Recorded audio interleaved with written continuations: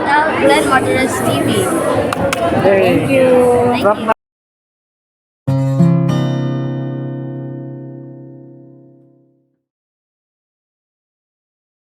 Katropa, nagtataka ba kung bakit gusto ng mga foreign YouTube reactors ang bandang Mission Souls?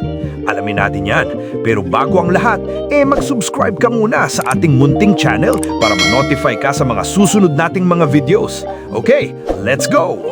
Taong 2023, noong nagsimulang mag-upload ng kanilang song covers, ang bandang nagmula sa Talisay, Cebu, ang Mission Souls, na kinabibilangan ng pamilyang Alipio. Ang kanilang ama na si Daddy Second, Mommy Sheena, Naces, Neisha, Stacy at Ice na talaga nga namang musically inclined at sobrang blessed sa talent sa music. Ang bilis ng pag-angat nila sa mundo ng social media na inabot ng 2 taon. 2 taon na puro sila halos ang laman ng mga reaksyon ng mga ibang lahi sapagkat sobrang natutuwa sila sa ipinapakitang talent ng family band na Mission Souls. Nakakamangha naman talaga na makakita at makarinig ng isang family band na iba't ibang genre ng music ang kayang tugtugin. Dahil doon, kuhang-kuha nila ang kiliti ng masa. Sa edad nila Ice, 11 years old na drummer, Stacy, 13 years old rhythm guitar at main vocals, Neisha, lead guitar, 15 years old, at Nasa, 16 years old sa keyboard at bass guitar, ay sobra ang pagkamangha ng mga YouTube reactors. Bihira kasi ang kagaya nilang pamilya na talagang solid ang talento pagdating sa musika, katropa. At maganda pa sa kanila, religious din, na siguro isa ding sangkap ng kanilang tinatamasang kasikatan. At ako na ang magsasabi, napaka-humble nila, katropa. Bakit ko nasabi?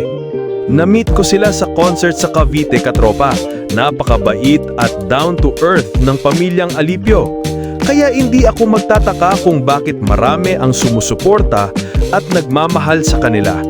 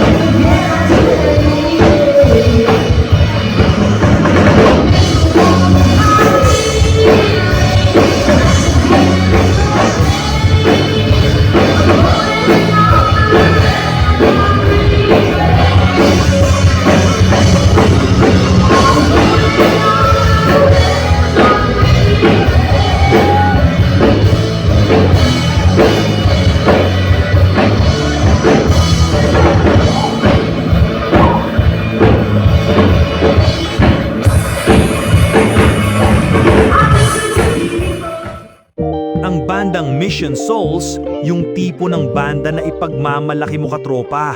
Nasa kanila na lahat ng talent, charisma, humble, at pinaka-importante, God-fearing.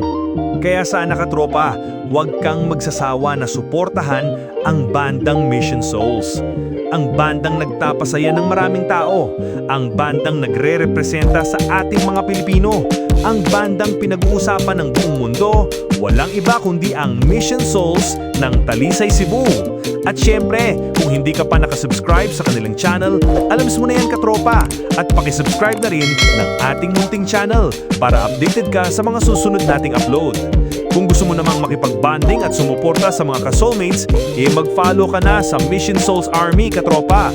At sabay-sabay nating ipagmalaki ang talentong Pinoy at ang family band na pinagpala, ang Mission Souls. O paano? Hanggang dito na muna. Hanggang sa muli. Peace out!